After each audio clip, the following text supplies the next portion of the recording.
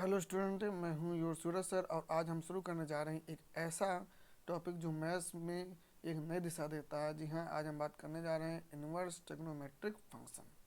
नाम सुनने में थोड़ा सा बड़ा लगता है, पर अगर आप आज का वीडियो अंत तक देखेंगे तो ये आपका फेवरेट चैप्टर बन जाएगा, क्योंकि आज आप सीखेंगे कैसे हर उत्तर के पीछे एक नया क्वेश्चन छिपा होता है।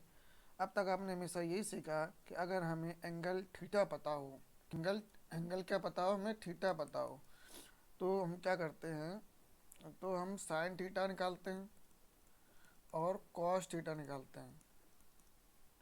ठीक है, और टेन थीटा निकाल लेते हैं। लेकिन ज़रा सोचो, अगर ये सब उल्टा हो जाए, अगर हमको पता हो कि sine theta is equal to क्या, sine theta is equal to 1/2, तो अब कह देगा थीटा क्या होगा। समझ रहे हो? तो यही तो क्या थीटा क्या होगा, तो हम इसी को ही बोलते हैं कि इन्वर्स ट्रिग्नोमेट्रिक फंक्शन, यानी कि जहाँ हम क्वेश्चन से हम यानी कि आंसर से हम क्वेश्चन तक पहुँचते हैं। ठीक है, और ये चैप्टर हमें सिखाता है कि कैसे हर रिजल्ट के पीछे एक रीजन होता है और हर फार्मूले के पीछे एक सोच होती है। जब आपने पहले ट्रिग्नोमेट्री पढ़ी थी, तब आप सर्कल के रास्ते को समझ रहे थे, एंगल बदलता था और वैल्यू निकलती थी। लेकिन अब हम उल्टा चलेंगे, यानी कि वैल्यू से एंगल तक, आंसर से रीजन तक, और यही सोच असली मैथमेटिशियन की पहचान होती है। ठीक है, कई विद्यार्थी कहते हैं कि सर मैथ्स टफ है, पर मैं हमेशा कहता हूँ कि मैथ्स टफ नहीं है, बस हमने उसे महसूस नहीं किया, फील नहीं किया। इन्वर्स ट्रिग्नोमेट्रिक फंक्शन में सिखाता है कि अगर हम दिशा बदल दें तो हर मुश्किल आसान हो जाती है, और फार्मूला के पीछे एक कहानी है, और एक को समझेंगे तो आपको एहसास होगा कि मैथ सिर्फ किताबों में नहीं, हमारी सोच में बसता है। तो चलिए तैयार हो जाइए एक ऐसे सफ़र के लिए जहाँ हर कॉन्सेप्ट नया रहस्य खोलेगा, हर क्वेश्चन नई दिशा देगा, और आप खुद को एक नए रूप में देखेंगे। एक ऐसे स्टूडेंट्स के रूप में जो सिर्फ याद नहीं करता बल्कि समझता है, सोचता है और बढ़ता है। अगर आपको ये शुरुआत पसंद आई हो तो वीडियो को लाइक करें, दोस्तों के साथ शेयर करें और चैनल को सब्सक्राइब करें, क्योंकि मैं हूँ यो सूरज सर, जो मैथ्स को आसान नहीं बल्कि हार्ट से कनेक्ट करने वाला बनाता है, यानी कि दिल से जोड़ने वाला बनाता है। तो चलिए शुरू करते हैं। अब जैसा कि आज का टॉपिक हमने बताया आपको कि आज जो टॉपिक है वो है इनवर्स ट्रिग्नोमेट्रिक फंक्शन। ठीक है, तो इसमें इनवर्स ट्रिग्नोमेट्रिक फंक्शन में आपने पढ़ा है डोमेन और रेंज। ठीक है, तो डोमेन और रेंज आपने पढ़ा। जैसे कि हम बात करें, रिकॉल करने के लिए हम बता देते हैं आपको थोड़ा सा कि आपने डोमेन पढ़ा है कि जैसे कि मान लीजिए फंक्शन दे रखा है और ये देखा है डोमेन, और ये देखा है आपको रेंज। ठीक है, अब पहले हम बात करें, अगर कह दे क्या, मान लो कह दे कि y equal to sine inverse x, तो इसका जो डोमेन होता है वो होता है -1 से 1। ओके, और रेंज की बात करें तो यानी कि माइनस का π/2, π/2 ये होता है। देन y इक्वल टू, अगर हम बात करें cos inverse x, cos inverse x, then -1, 1, तो ये हो जाएगा 0 to π। फिर हम अगर बात करें y equal to tan inverse x, तो हो जाएगा ये आ जाएगा r, और इसका जो हम रेंज की बात करेंगे ये हो जाएगा -π/2, π/2। ठीक, इसी तरीके से अगर हम दूसरे टॉपिक्स यानी कि दूसरे में बात करें किसको, y equal to sec square theta या सेक इनवर्स एक्स, तो उसके लिए क्या हो जाएगा,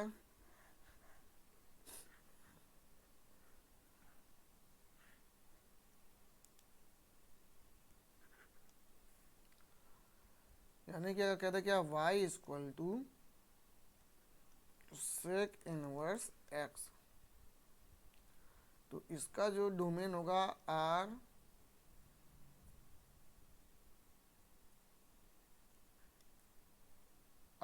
एब्सेंट टू -1 to 1, और ये हो जाएगा 0 to -π/,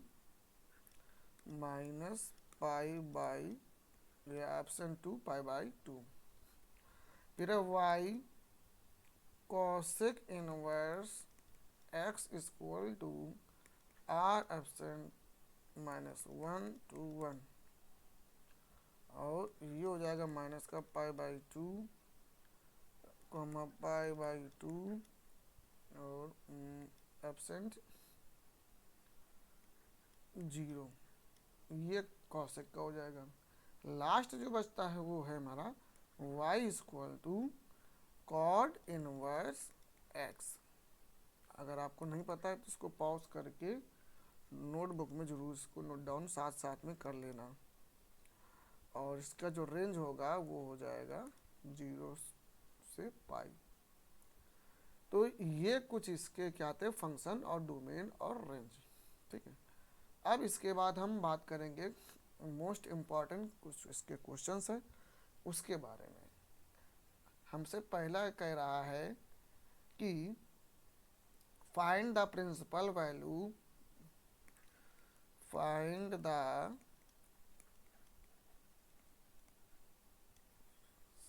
प्रिंसिपल वैल्यू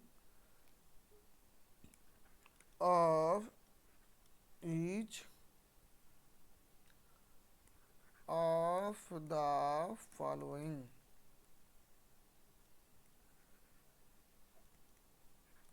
ठीक है, तो इसमें जो पहला नंबर है वो हो जाएगा साइन इनवर्स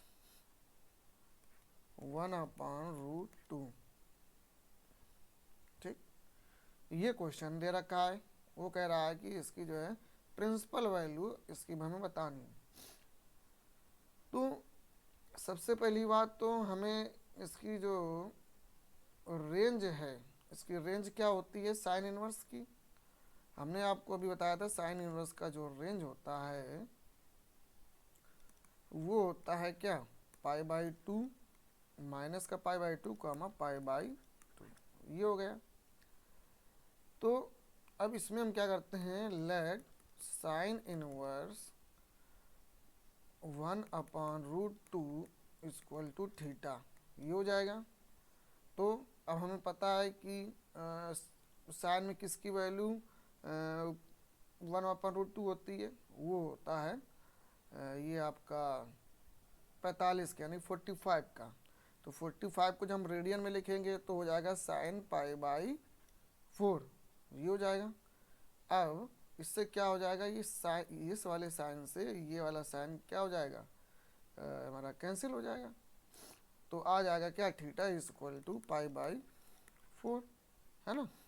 और ये जो बिलोंग्स करता है, बिलोंग्स टू -π/2 π/2, ये हो जाएगा।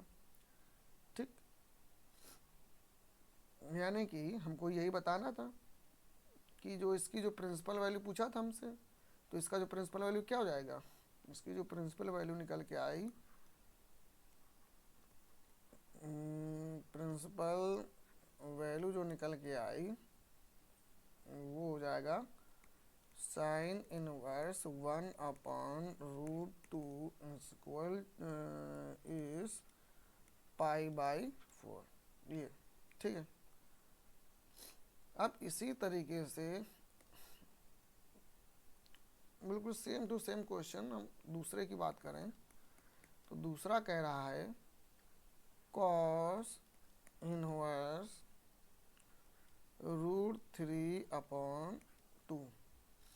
अब इसकी भी हमें क्या बतानी है, इसकी भी हमें प्रिंसिपल वैल्यू बतानी है। क्या बतानी है, प्रिंसिपल वैल्यू। तो अब पहले तो ये हमें बताओ इसका जो रेंज होता है वो क्या होता है, कॉस इनवर्स की। कॉस इनवर्स की जो रेंज होती है वो होता है हमारा 0 से π, ये हमारा रेंज हो गया। तो अब हमें इसमें लेट कर लेंगे, let cos inverse root 3/2 equal to क्या, theta. Then cos theta equal to root 3/2 equal to, ये हो जाएगा आपका, ये कॉस 30 की वैल्यू होती है, रेडियन में बात करें तो ये आ जाएगा कॉस π/6। तो थीटा इक्वल टू क्या आ जाएगा, थीटा इक्वल टू हो जाएगा π/6 बिलोंग्स टू 0 to पाई, है ना, ये हो जाएगा। यानी कि इसके जो प्रिंसिपल वैल्यू निकल के आई वो क्या आई, पीवी प्रिंसिपल वैल्यू निकल के आई वो आ गई क्या, कॉस इनवर्स रूट 3/2 की वो निकल के आई क्या, π/6। ये हमारा आंसर आया। देन इसी तरीके से हम बात करें थर्ड वाले नंबर की, यानी कि अगला कह रहा है कि 10 इनवर्स रूट 3, क्या कह रहा, 10 इनवर्स रूट 3। अब इसकी हमें प्रिंसिपल वैल्यू निकालनी है पीवी। तो सबसे पहले तो इसकी रेंज बताओ क्या होती है 10 इनवर्स की। 10 इनवर्स का जो रेंज है था वो था -π/2 π/2, ये था, है ना। तो अच्छा, अब इसमें लेट कर लो, let 10 inverse root 3 equal to theta. अच्छा, थीटा में किसकी वैल्यू होती है, ये रूट 3, तो वो होता है, उसको रेडियन बात करते हो जाएगा 10 π/3। तो थीटा इक्वल टू क्या हो जाएगा, थीटा इक्वल टू हो जाएगा π/3, है ना। तो ये बिलोंग्स टू माइनस का π/2 π/2, ये आ जाएगा। तो इसकी जो पीवी प्रिंसिपल वैल्यू निकल के वो क्या निकल के आई, 10 इनवर्स रूट 3 की जो प्रिंसिपल वैल्यू निकल के आई वो है क्या, π/3। ये आंसर हो जाएगा आपका, ठीक। देन फिर इसके बाद जो अगला है वो कह रहा है क्या, अगला कह रहा है कि कॉसेक इनवर्स 2 हमको बताना है, क्या, कॉसेक इनवर्स 2 की प्रिंसिपल वैल्यू बतानी है, ठीक है। तो कॉसेक इनवर्स 2 की प्रिंसिपल वैल्यू बताने के लिए सबसे पहले तो हमें इसकी रेंज निकालनी पड़ेगी। आज का रेंज क्या थी, रेंज थी -π/2 से π/2, है ना। और इसमें क्या था, नेगलेक्ट 0, ये था। तो इसमें भी वही हमने करा, let cosec inverse 2 equal to theta. Then ये हो जाएगा हमारा cosec theta equal to 2 equal to cosec π/6। तो इसकी जो रेंज निकल के आई वो क्या निकल के आई, यानी कि प्रिंसिपल वैल्यू क्या निकल के आई, π/6, सिंपल, है। अब इसी के बाद अगर हमसे क्या कह दे, इसके बाद अगर हमसे ये कह दे कि अगर इसके बाद हमसे कहते कि find the principal value of each of the following, और भी वैल्यू को दे, मान लो कह दे क्या, अगला जैसे कह दे कि साइन इनवर्स माइनस का 1/2, इसकी हमें प्रिंसिपल वैल्यू बतानी है ना। इसका हमें प्रिंसिपल वैल्यू हमें बताना, तो कैसे हम बताएंगे।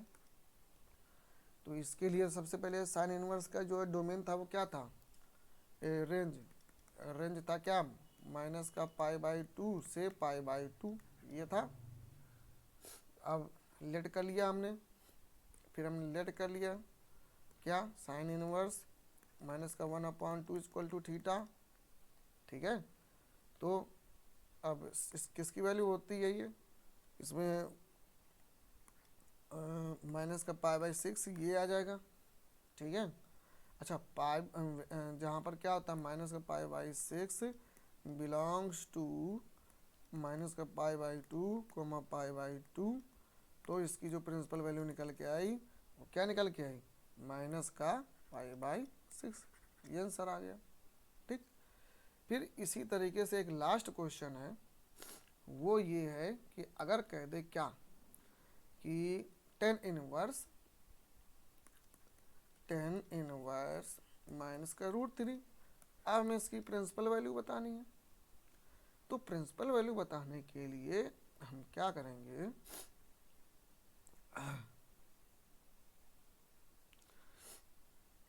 अच्छा पहले तो इसको सबसे पहले आप ये बताओ कि इसकी रेंज क्या होगी।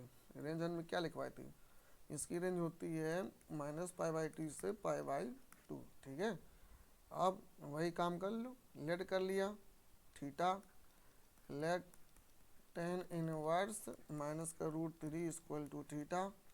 ठीक है, तो ये लेट कर लिया, तो अब हमें पता ही है कि 10 ये हो जाएगा माइनस का पाई बाई 3, तो ये इससे आ जाएगा माइनस का pi by 3 belongs to minus का pi by 2 comma pi by 2, then principal value of 10 inverse root minus का √3 इस क्या हो जाएगा, ये हो जाएगा माइनस का पाई बाई 3। ये आंसर आ जाएगा, है ना।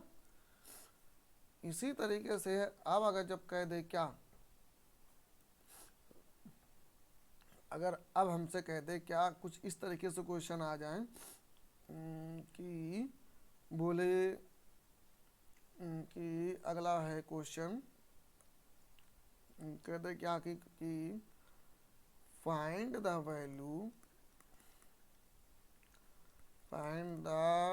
Value of cos inverse 1/2 plus 2 sin inverse 1/2। तो सबसे पहले तो cos इनवर्स की जो रेंज थी वो क्या थी, वो थी हमारी 0 से पाई, और साइन इनवर्स की जो रेंज थी वो क्या थी, माइनस का पाई बाई 2 से पाई बाई 2।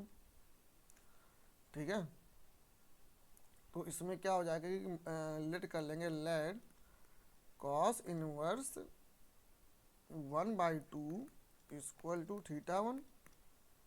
ठीक है, तो हमारा इसको जब हम निकालेंगे तो ये हो जाएगा कॉस पाई बाई 3, तो हमारा θ1 निकल के क्या आएगा, पाई बाई 3 बिलोंग्स टू इसका 0 कॉमा पाई। इसी तरीके से जब हम लेट करेंगे क्या, let sine inverse 1/2 equal to θ1, then sorry θ2, then हमारा जो θ2 निकल के आएगा, डायरेक्ट इसको हम कर दे रहे हैं, तो वो आ जाएगा पाई बाई